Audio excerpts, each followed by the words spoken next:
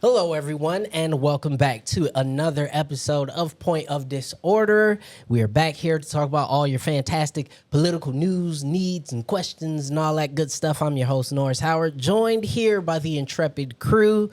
To my left, what's going on? Jeremy from Hito. I'm back. Glad to be here. Let's get into it. Our local Gen Z representative. That's right. And we also have Julie. Hi, and don't you dare fucking say which generation I am. I'm not. I Norris. know better. I know better. You see how I didn't do that? You see how I didn't do that?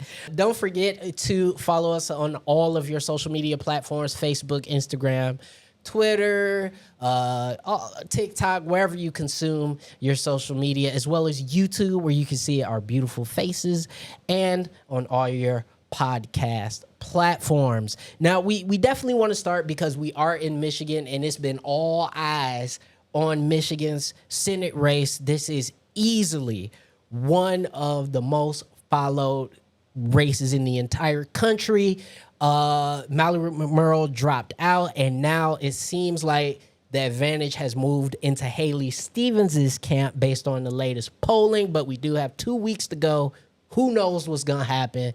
But, reaction from everyone, because I think we all kind of sat back and said this was going to be a close race, and it looks like that is going to bear out. Yeah, it's still something like what? I think most polling says that like 15% of people are still undecided, which is crazy to me that like a fifth of the electorate, at least the Democratic electorate, still doesn't know who they're voting for.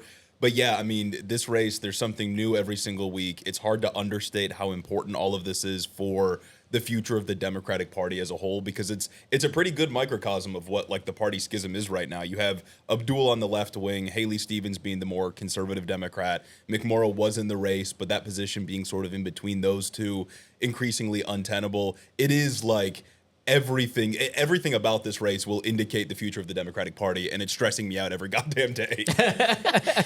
It is interesting to watch such a young man so stressed and age so quickly, Jeremy. Yeah. Putting gray hairs on my head, man. But I think what needs to be said is that 15% that are undecided, a lot of that does come from the fact that Mallory McMurrow has dropped out. Yes. And I've had a lot of conversations over the last week with people that were huge Mallory McMurrow supporters.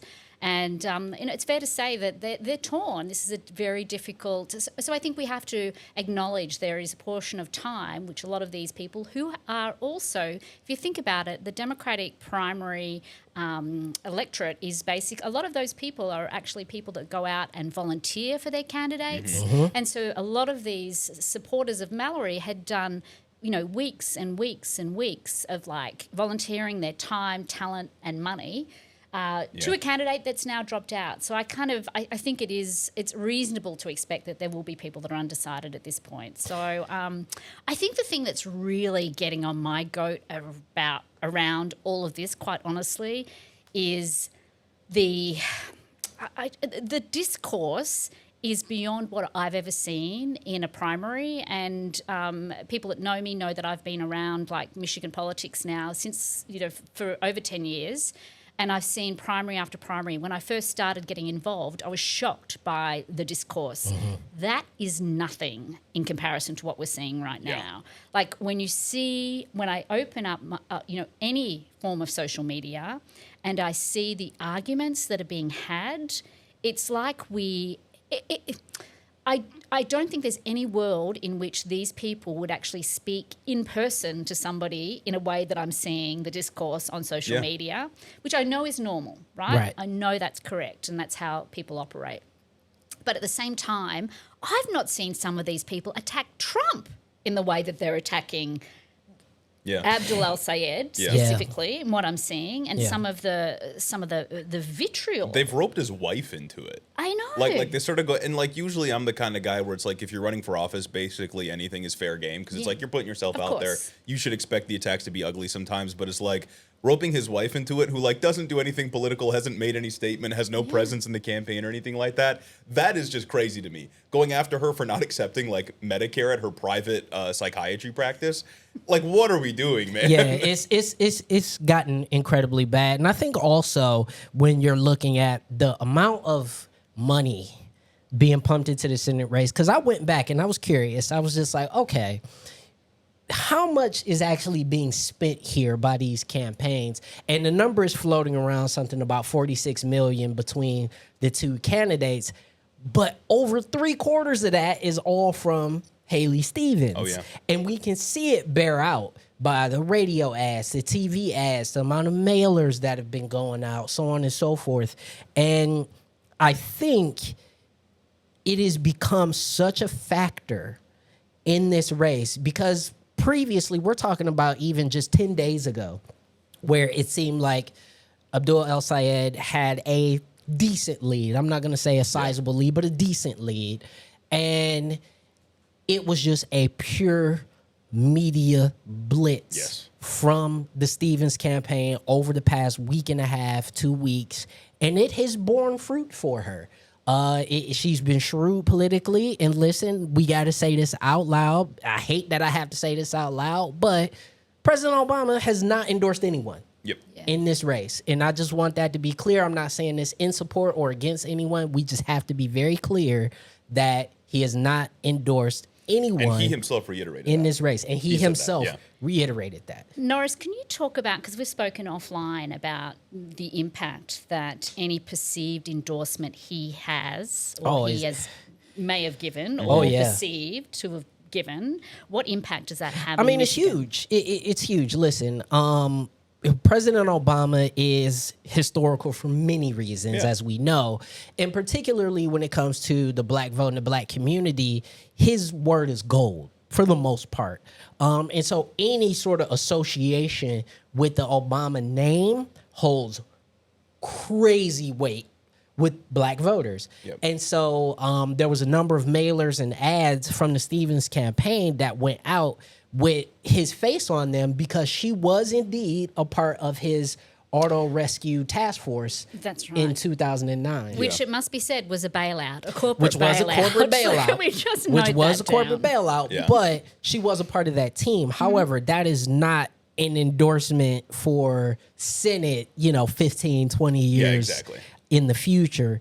And so adding all that in and understanding that this is a heavily African-American metro area and knowing she's deeply embedded with the black church, it's easy to see why she would see major gains over the past few weeks. But we have to highlight just how much money is being spent because it is impossible to talk about this Senate race and not contextualize and that's the main thing is the money here, right? Because like the Obama sort of like deceiving voters into thinking that she got the endorsement when really that's like more out of context and stuff like that. Is it shady? Sure, but like she was always going to do that. We were talking about that before we started recording. Like she was always going to boost this.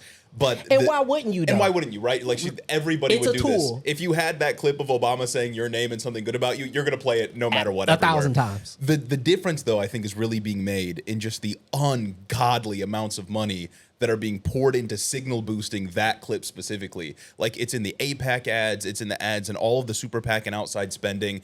Everywhere you look, it's in the mailers. Everywhere you look, they are boosting that Obama quote specifically. And oftentimes Haley Stevens herself isn't even in the goddamn ad. Nope. It's just Obama saying something nice about Haley Stevens. And like it's like what, $45 million in outside money have come in.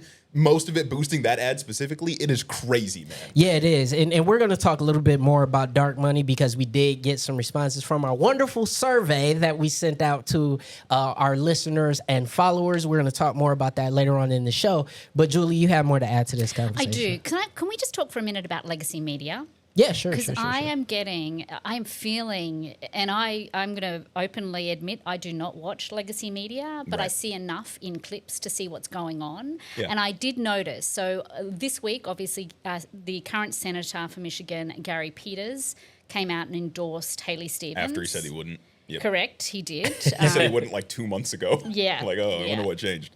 I mean, nothing about that is a surprise to me. Just no, me quietly. neither. Yeah. But it seems clear to me that the Democratic machine are working really fucking hard to make sure everyone understands that Mamdani is bad and Haley is good. That is what I'm seeing. So after that endorsement, which I think came out on Monday, on Tuesday morning, Haley and Gary Peters were both on the Morning Joe show, which is on MS Now.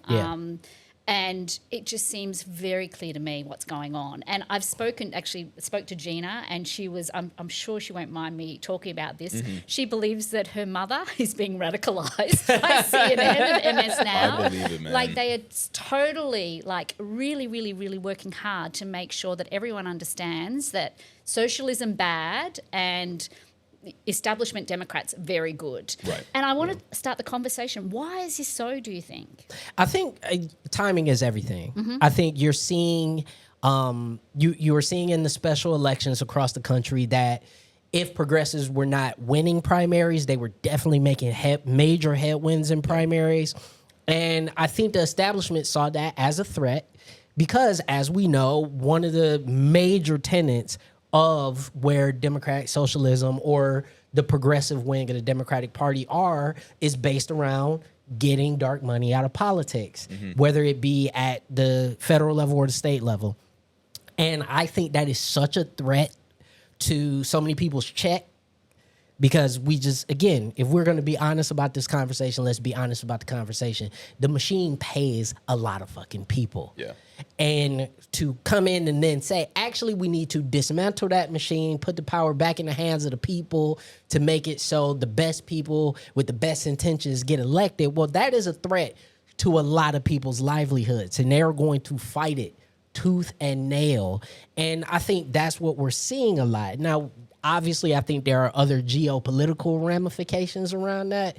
But I think on the basic level, that's why you're seeing this sort of almost visceral, knee-jerk, really nasty reaction to a lot of progressives in the country, and we're seeing it bear out here in Michigan as well in this Senate race. So I think there's an air of desperation. Quite honestly, it's an It air could of be an desperation. extinction burst. So I mean, who knows? God, I hope so. That's the optimistic outlook. It is that, optimistic. Like, it's a dead cat bounce situation, but I'm not so confident. Yeah. But no, I think a lot of it's money, right? Like it's consolidated wealth defending itself after there's been this, I won't say like a tidal wave of progressive victories, but enough progressive victories to scare them, right? Like the places where DSA throws their weight behind a candidate, like in Colorado or in New York City or wherever else, they tend to win these races. And I think that's scaring a lot of establishment folks. Also, just on like a PR note, the establishment, nobody fucking likes the Democratic Party right now. Democrats don't even like the party establishment for the most part. If you ask them about like their individual congressperson, they probably like them. But like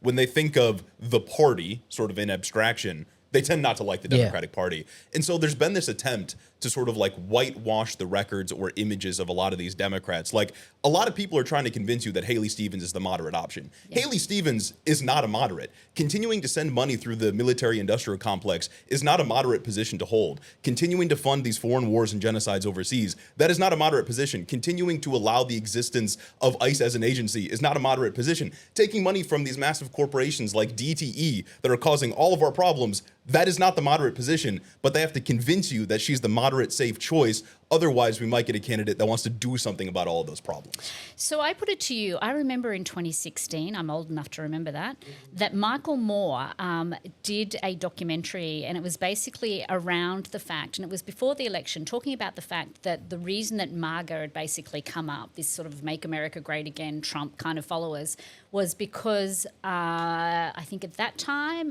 by 2045, a majority of Americans will be not white. Not white. Right. So it was basically the dinosaur that's dying, and this is its final chance to sort of, get back and remain relevant. Yeah. Do we have the same situation now? And I'm not talking about, the same sort of racial issues. I'm talking more about the older people going, holy shit, everything that I've achieved in my life as a person in the 60s, 70s, or whatever it might be, I am now the one that's going to be attacked by these socialist, in inverted commas, kind of things. Am I going to lose my wealth? Am I going to? So do you see this in the same way? I think there are some elements of the generational friction. I think there was a massive split between Gen X just kind of is off on its own island, not doing much, right? But you had a massive ideological split in the 2000s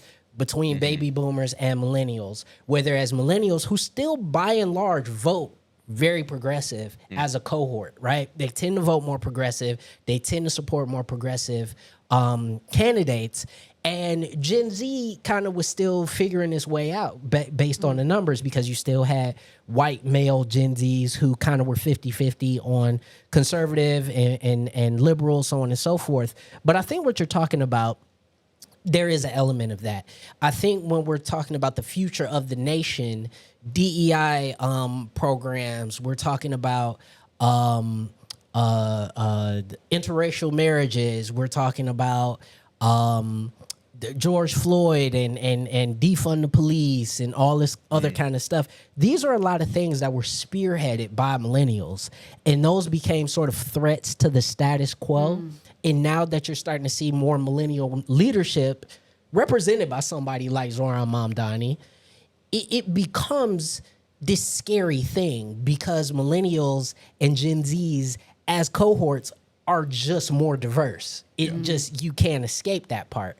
So I think we're seeing that across, by the way, racial lines. This is not specifically a white thing. You're starting to actually see that occur even within African-American communities, Latino communities, where older communities are concerned that there's too much of the young people. Slow this down. I don't know how to react to this. And I think that's definitely a part of it. And I bring this up because we are from 3 different generations.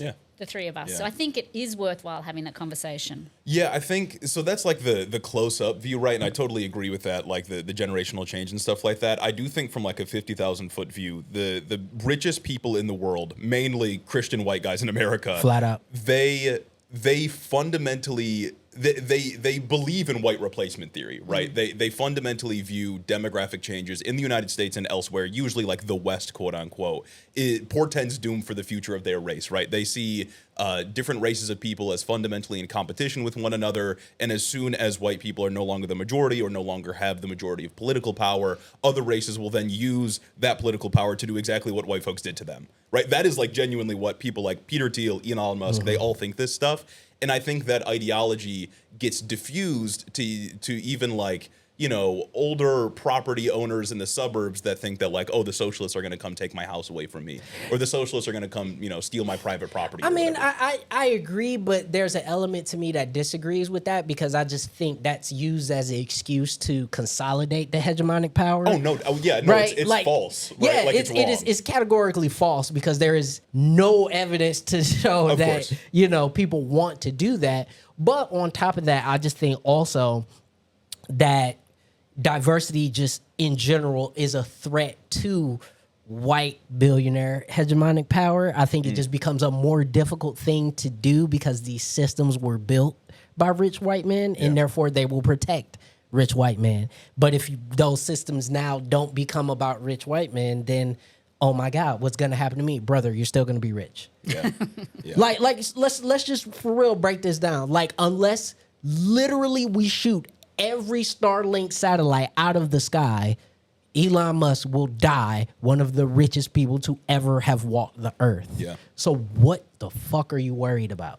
I don't get it, right? So that I think, to me, that aspect of it has been played up. And I think it's just being used to influence the white property owner who wants to, you know, not have brown people live on these properties. You got to convince yourself and other people that believe what you believe that you are somehow the victim.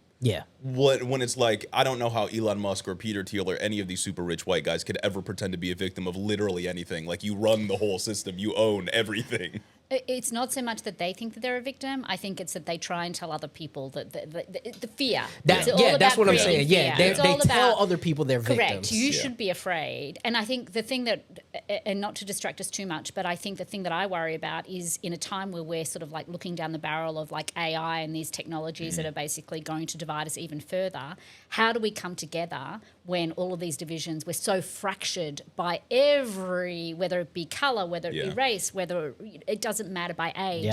We've been fractured so many times. It's very concerning to me that in, 10 years, 20 years time, when AI's, taking all of our jobs and we're all out of work, we'll just be, I don't know. Anyway, distracted. Sorry, Norris. You're driving this bus. We'll be serfs is the point. But, speaking of crops and manual labor, lettuce is under threat. And we got to talk about this because Michigan is the hardest hit state when it comes to the cyclopsoriasis. Poop disease. The poop disease. Yeah. Michigan has the shits. That was the title of Michigan our Substack. has the shits. And you know what? And we laugh, and I do think it is slightly funny because no one's died. And if someone has, I apologize to that family. But, diarrhea is funny. Can't get away from it. Can't get away from it. It's hilarious. Yeah. But let's talk about this structurally. Because ultimately, the reason why this happened is because fucking Doge defunded the CDC and now they don't check for this virus. So if you're wondering why Taco Bell and Condado and all your favorite Olive Garden, wherever the hell you go to eat, why they don't have lettuce anymore, it's because we at a structural level have allowed actual dumbasses to control our CDC policy. Specifically cut detection for foodborne illnesses. Specifically, it's so fucking funny. So they used to check for 8. They dropped 6 of them, including this one. So we have another 5 others. That Wait, get ready. Yeah, government's so much more efficient now, right, folks? Man, and you know what? It continues to piss me off because there are certain agencies in which the vast majority of the American people go, yes, that is a good idea to have. Mm-hmm. The CDC, the FAA, the Consumer Protection Agencies, you know what I'm saying? The FDA. These basic good government stuff. These are things across the board. You ask a average American, hey man, is it good that we have somebody making sure that our food is not poison? And people go, oh yeah, we should definitely have that. And they've somehow got let me not say half, a third of the country to believe that the Center for Disease Control is woke. Somehow it's woke. Is woke. Okay. Enjoy your runny underpants. Though this country's being run by the stupidest motherfuckers on the planet. And obviously, a lot of it is nefarious, right? They're doing these cuts so government works worse to make relatively the sort of corporate wing of this country. Yeah, you put a private version of this. Exactly, right. Yeah, you strip the government for parts and let the private entities Elon take Musk over will be and stuff running like the that. next CDC from Starlink. But it is just so funny that they specifically cut detection for this. And then it happens a year later. This actual disease. God, dude. Can I just, pardon the pun, but I've got the shits. And I need to shit on fucking legacy media again. Have at it. Because I am hearing a lot about the fact that this is happening. I'm hearing a lot about the actual people have got the shits. Yeah. And this is, we're getting rid of lettuce. We're now, Taco Bell apparently in Michigan is now stopping any lettuce in any of their products, et cetera, et cetera. But no one is talking about the fact that the CDC was cut last year and took out specifically monitoring of these diseases. And that's really, so in my feed, when you turn on the television, they're talking about, make sure you wash your lettuce, cook your lettuce, don't eat berries, all these sorts of things. But no one's telling you why. I am not going to boil my lettuce. I'm not. But my point is, Norris, that your average person doesn't know. They know to cook their lettuce, but they don't know why. They don't know. They just think, this is just another thing that's happened. They're not recognizing the fact. It's a failure of media. It's a failure of media, and it's a cover-up, as far as I'm concerned, of the actual core issue. And that's why we end up with these shitty fucking politicians, because no one calls out exactly what they're doing. Yeah, no, if we had a serious media in this country, headlines would be President Trump unleashes a plague upon Michigan. That would be what the headlines and are. Michigan gets the shits. That's not an exaggeration. It's just what happened. And there was a point in time where I think majority of Americans, and definitely in my lifetime, where sure it was okay to be skeptical of the media because all media has slant. Of course, yeah. But at the bare minimum, you knew if you picked up the Washington Post or you picked up the New York Times or you were watching 60 Minutes, that you knew Walter Cronkite was going to look into the camera and tell you the truth. And that truth was going to be based in fact. And it was going to be well researched and so on and so forth. And now I just think we've gotten to such a point where people have been not just so mistrustful of legacy media, but they just can't believe anyone. Yeah. And that is a dangerous precedent. I've sat down and told somebody the truth to their face about Section 219 in the defense budget, which would have combined Israel and the United States' military at a very fundamental level. And they literally just told me, "You lying, that's not real." I pulled up the actual document, showed it to them in their face. Man, anybody could have made that. Brother, this is on congress.gov. Yeah. What are we talking about? You know, we've experienced something like an epistemic collapse in this country, and I think a lot of it started around COVID and the COVID recovery, where a lot of people just stopped believing the media, stopped believing in the credibility of like formerly legitimate spokespeople for the government or media or other political institutions or whatever it may be.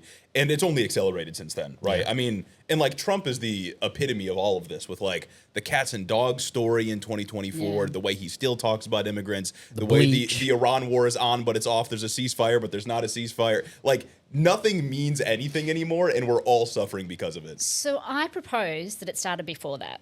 Okay. Trump was talking about fake news back in his first term. Yeah. So I think there was a derailment and a, let's just say, trying to take down the guardrails of democracy. And the first one that you do is media, right? Yeah. Legacy media. So that's what you need to do. And so I think yes, I agree. It's certainly escalated, absolutely, with the pandemic because, you know, we once again more divided, more division. We were physically not together. Yes, so. Exactly. So, I mean, but I do think it started before that. And I just think we know that, as I said, media is one of the guardrails for democracy. And I know that's, Norris, you're the only one here that actually is a journalist. So you could tell us that more than anybody. But I just think it is not just the fact that people don't believe anymore. It's the fact that you shouldn't believe. There is so much shit on television now, and so much of it is opinion. And those opinions are no better than any of ours, quite honestly. And I disagree. There's opinions that are based in fact that we should absolutely listen to. If I am sitting to a brain surgeon telling me about a brain parasite, that person's opinion is worth more. I'm talking about talk media. When you watch cable news and you watch six people sitting and just fucking arguing about, you know, they are no more qualified to talk about some of the things that they're talking about than what we are. And sometimes less so because they're not impacted. And we've got to remember that legacy media is owned by corporations, and that's the other portion of it. Corporate consolidation. So much of it is basically built around the fact that they need to make money. It's about, you know, anyway. And a lot of them are trying to get or have gotten out of lawsuits with settlements and stuff with the Trump administration specifically by kowtowing to him. Correct. And that's not just like media. That's like other institutions like universities and stuff like that who have just bent the knee to this guy as if we haven't learned historically that appeasement with fascists doesn't work. They will keep taking more and more and more. That's their whole ideology. Whatever. Yeah, but you know, I hate to make this a little bit dark, but this is a big story, and I think we need to talk about it because it is affected people in a really, really, really severe way. So over the past week, ICE has killed 2 people, one in Texas, one in Maine. And the one in Maine specifically has been incredibly tragic because apparently the target of the guy who was killed was not even the target of the ICE investigation. Right. So ICE shot a guy who was not even the person they were looking for. And beyond that, now, in response, Mark Wayne Mullen, which never trust a guy whose first name is 2 first names put together. Good rule of thumb, yep. Has said that now they will cease, you know, pulling people over and doing their investigations that way until they have new training. So they're going to retrain all the ICE officers. It's horseshit. Yeah. Okay? It's horseshit. ICE has killed 2 people, one of which was a legal immigrant with legal documentation. So we had no reason for ICE to even be on him outside of the fact that this man was from Colombia.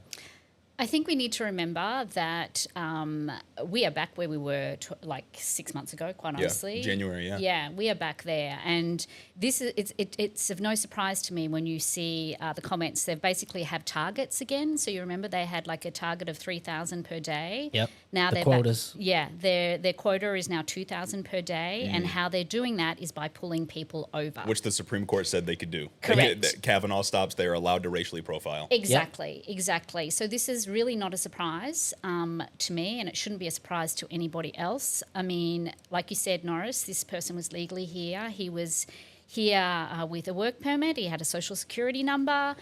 And there's a human part of this that makes me sick in my stomach that I can't even begin to describe. And part of it is personal because I'm an immigrant. I am here legally, but I'm an immigrant, and I know that the way that I conduct myself living in America now is quite different. And it's not to say I was doing bad things before. I am walking through living here a little differently. It's a lot more tense, than I was 18 months ago, and I'm a white woman. Right. So I can't even begin to to understand how that feels for brown people. But I just want to remind everybody that this man, who's from Colombia. Yeah, his name was Johann Sebastian Duran Guerrero. Correct. I just want to make sure we say his name. And he had a 3-year-old daughter who was bore witness to all of this. Yeah. And she was standing there, and I think we need to humanize it. She was there. Her mother basically saw father's dead body, which we cannot ignore the fact that they dragged his body out of that car and put handcuffs on a dead man. His wife witnessed that. His 3-year-old daughter, who was standing there in bluey pajamas, saw this also. And I'm sorry, this makes me, I think we gloss over the fact that these people are fucking human. He had done nothing wrong. He was going to fucking work. That's all he was doing. And his family had to witness that. His neighbours had to witness that. Yeah. That is so dehumanising.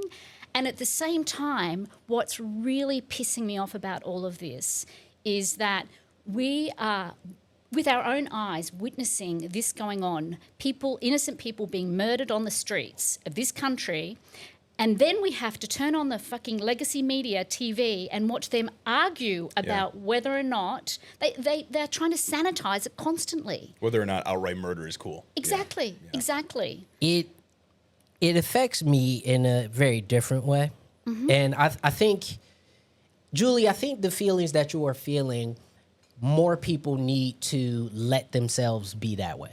It should horrify you. It should be a thing that hits you to your core. It should be a thing that makes you cry and makes you empathize and sympathize with these people, with this man's family and with the people in that neighborhood and so on and so forth. However, as a black man in America, it does make me go, this is a rerun. Yeah. This is a rerun of a rerun, a copy of a copy of a copy of a copy. This has happened consistently to people of color in this country. And I think now, obviously with the advent of social media, and obviously with the 24-hour news cycle, we see more of it. However, we were having the same argument in 2016 when people like Trayvon Martin, Tamir Rice, and Mike Brown were being killed. Yep. Like, I remember distinctly watching Ferguson, Missouri burn up because Mike Brown was shot. And I remember being in the marches. I remember doing the protests. I remember doing the die-ins at the steps of the DIA. I remember covering it as an intern journalist when I was still in school. I remember all of this vividly, and nothing is different about this. There's not a damn thing different. And so, obviously, I am heartened to feel that people can look at ICE and can see it and can go, that is wrong, that is dehumanizing, it's evil, it's fascism, it's the police state, so on and so forth. But I have lived in a police state my entire life. Mm-hmm. I thought about you, Norris, when I was having these deep, thinking and researching all of this. I was thinking about you in exactly that way. This is very normal for you. Yeah. And I think we all go through life differently. We act differently. As a woman, I've always been very careful about the way I walk at nighttime, or the way I do things is quite different to how men would. Men would. So I see that it's. I just want to put an exclamation mark on all of this and say that people are suffering while the people with power to change it are arguing about talking points. And that's the thing that we need to we can't normalize this. We can't for 1 minute just go, we're okay.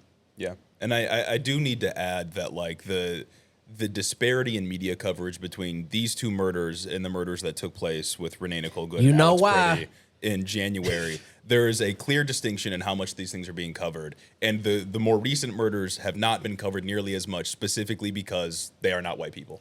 Like, I do think that is the distinction. In the same way that a lot of people just don't care when an innocent black person is murdered by the police, a lot of people just don't care when immigrants are murdered by ICE.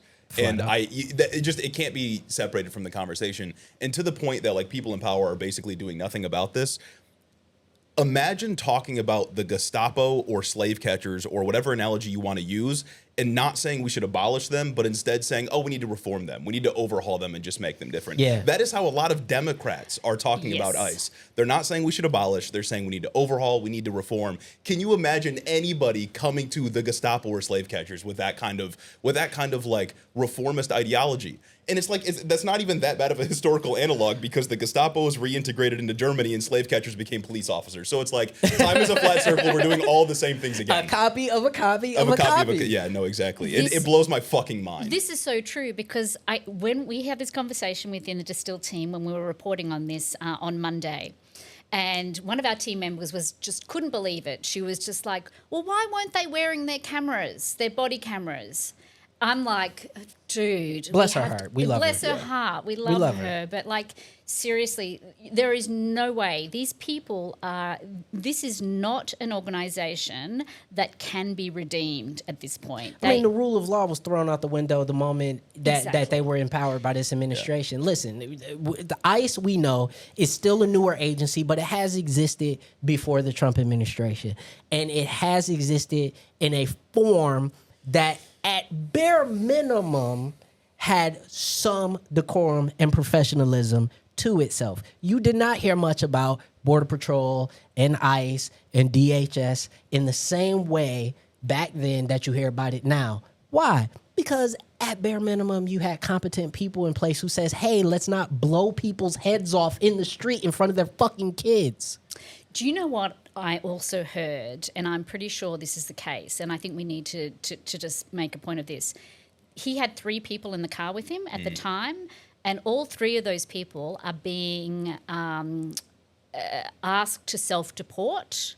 Oh, my God. So in terms of, if we think about the next step being an inquiry, an actual inquiry into what happened, they are trying to remove these people from the country so they can't even give evidence. And they can't testify. Correct. Yeah. So it's like, so to the point that we're talking about, these people are fucking unregulated, and there is no training, there are no laws, there are no rules, there are no requirements. They have unlimited funds, basically, which many policymakers fucking gave to them. Yeah. Including Susan Collins, who's fucking standing there going, oh, this is no good. We have to fix this. You know, we have to. You fucking gave them the money, bitch. Yeah. Like, stop already. And I mean, like, I do hear the point that, like, ICE wasn't killing people like this before, but it's like, I mean, I don't know. ICE funding has gone up year over year under Democrats and Republicans. Yep. Oh, 1,000%. Obama earned the deporter-in-chief name, right? That didn't just, like, happen randomly. Like, no. He was putting kids in cages, too. Let's keep it for real. We gonna keep it a buck. Like, it has become insanely more belligerent. Like, it is on a new level with the Trump administration, but even more reason this entire fucking agency has to go, because ICE, as Trump sort of like telegraphed during the 2024 race, ICE was always going to be the tip of the spear for this kind of shit. Oh, we knew It's that. got to go completely. Yep. This infrastructure can't exist, because if we allow it to continue to exist, even if we claw back the money that ICE got under the One Big Beautiful Bill, a Republican will win again eventually and do the same bullshit again. It can't exist. And remember that you've got to remember that this entire thing started with them calling immigrants dogs and cats. You know what I mean? Like, they're eating the cats and dogs. Eating the cats and dogs, murderers, rapists, you know, all of poisoning this. the blood. Yeah. But that's the thing. That's the thing is you dehumanize people. Yeah. You dehumanize people to a point to where their deaths literally count less than the deaths of other people. And when it doesn't matter when you send a Gestapo out to fucking style police to go out and collect them, because at the end of the day, they're getting the worst of the worst, apparently. But those worst of the worst just happen to be, you know, people driving. Innocent people. Yeah. It's just it has become clear over the course of the past few years that a bunch of people read The Diary of Anne Frank and said, I side with those other guys. Yeah. This is exactly what we need to do. Yeah. Actually, what we need to do is that. Yeah. Ridiculous. But I want to end the show on a light note. And why I want to end it on this note is because our fantastic listeners and viewers and followers on all of our social media, we sent out a survey and you guys responded to us. Thank you so much for sharing your thoughts and sharing your votes with the Distill Social team, letting us know what you find important in this upcoming midterm election. And so I did want to share a little bit of what we found in our survey. And by the way, if you were not able to participate in the survey, sorry, but check your email inbox next time, or you can follow our Substack and get more information there. Snooze, you lose. Snooze, you lose. No fun quizzes for you. I'm a weirdo that like sees those online quizzes and I like taking them. Jump at it 100%. I jump at it 100%. People need to know what I think. Yeah, people need to know. I want to know all of my Myers-Briggs, all that. Anyway. Yep. So obviously, 92% of our respondents were from the state of Michigan. So to know that we have a strong Michigan base, so word to the mitten. But I think here was the most surprising, which is, what are the 3 most important election issues to you this midterm? And I think we've had a lot of discussions internally on kind of what the electorate is really concerned about, what they kind of want from certain policymakers. And here's the top 3. Number 1, getting dark money out of politics. Yeah. Bookending the conversation we had at the top of the show, that is the major concern for the Distill Social listener. So this, to me, I want to react to that. Yes, please, because I think it's a really important thing, because we talk about it a lot, and I'm always concerned that we're in the bubble. We're just talking to each other, and, and do people really care about money in politics? I mean, do they understand how it impacts their day-to-day lives? This is so heartening to me to hear this, and just a reminder to anybody that does have that as their number 1 concern, or even in their top fucking 10, please remember that on July 24th, we are going to the Board of Canvassers to get money out of politics, to get those signatures that we collected over the late winter and fall, in spring, sorry, I get my seasons confused, to make sure that they get that we were able to get on the ballot. So I think that's really important. And the other thing about dark money is like, it's sort of referential to every other issue, right? Yep. Like if you have a problem with like Trump trying to overturn Democratic election results, you got a problem with money in politics. If you got a problem with our healthcare system or our foreign policy, you have problems with money in politics. So it's good to see that people do genuinely care about it. And I think the main thing is like, everybody knows the political system, the political establishment is corrupt, specifically corrupted by money. But a lot of people just don't understand that it doesn't have to be this way. Yeah. That there are specifically rules and laws and Supreme Court rulings on the books that can be fundamentally changed. It doesn't have to be this bad. No, it doesn't. And it wasn't always this bad. It doesn't. Number 2, which I think was surprising to a lot of us, is protecting voting rights, which I do think is very interesting considering that we are in a major metropolitan area. But I think Michiganders in particular have a sensitivity to our voting rights being under threat. We were a flashpoint in the 2024 election. We were a flashpoint in the 2016 election. We're going to be a flashpoint in this upcoming election. It's exhausting, low-key. Right? It's the nature of the beast when you are a purple state, when you're a battleground state. But I do feel, in the same way that you all said about dark money in politics, I was heartened about protecting the voting rights respondents because I will definitely be one of the people whose voting rights they will try to take away, i.e. as in Tennessee. Yeah. So I was very pleased by that. And number 3, we have Medicare for all. We have Medicare for all. People want to be able to go to doctor and not go broke.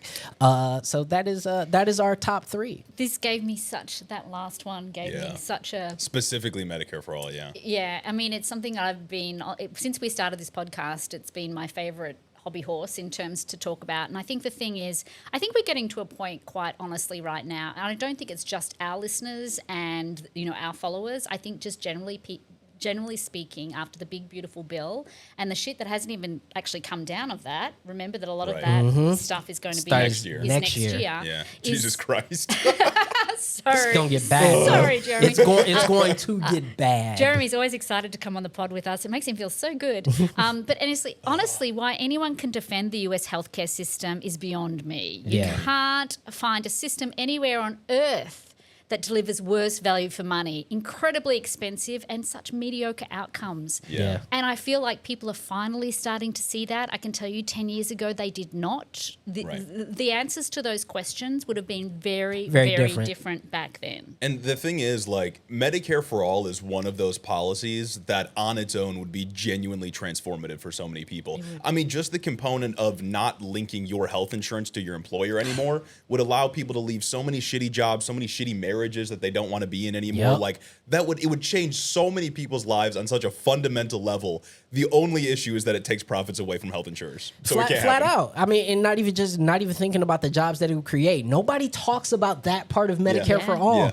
Do you know how many clinics and hospitals and doctors and nurses and specialists and CNAs and all the rest of these people we would have to employ to meet the demand of everybody now having access to health care. And we've not even spoken about how much better people's actual lived experiences would be. And that's the primary thing. Living, the ability to just live. You can go to a doctor whenever you want. Yeah. Hey, man, a healthy workforce is a good workforce. Exactly. That's all I'm going to say. Hey, man, people don't call off when they go to the doctor. Yeah. So anyway, I just want to very briefly go over some of the other respondents that were at least above 25%, which would be the affordability crisis, which again linked to everything else, and defunding / shutting down ICE and ending the funding of illegal wars and stopping genocide. No surprise there. Yeah, no surprise there. A big love heart to all of our followers and listeners, because that does warm my heart. Yeah, and very quickly, we have asked, beyond specific policy positions, what makes a candidate earn your support? At the top, just be honest and authentic, my man. Just I don't know. Just be chill with us. Don't be full of shit. Don't be full of shit. But I think right after that is some very important things, which are number 2, they do not take corporate money. That is a thing that at least the Distill Social listenership or the Point of Disorder listenership feels very heartened by. And they would fight for the working person, the working people. So those are very important. And it says here also that most of them plan to vote for Abdul El Sayed and Jocelyn Benson for the 2 important seats in Michigan. So final thoughts before we head out into this blazing heat. We're being threatened with a play because Haley Stevens is about to win a primary. That's all I have to say. Poop disease. We're being punished. It's so sad when leafy greens are wrecking my stomach more than like dairy. Oh my God, man.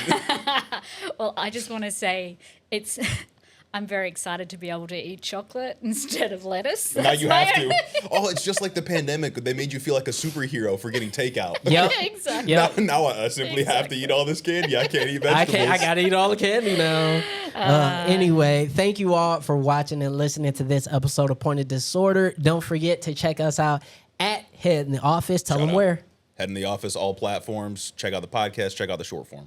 And you can follow us at Point of Disorder or at Distill Social on all of your social media platforms. Julie, any parting words for us? No, look, just hang in there, guys. I know it's rough at the moment. I'm personally finding it very difficult, so just hang in there. We've only got a couple of weeks to go before the primary, and let's face it, things can only get better. So hang in. I certainly hope so. With all that said, thank y'all for listening, and we will see you all next week. Bye. Bye.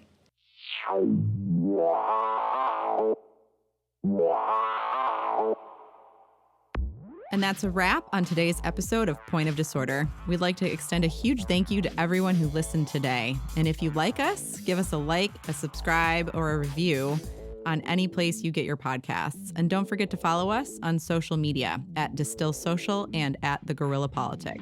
This is the Point of Disorder podcast, signing off. Stay sharp, stay progressive, and above all, stay tuned.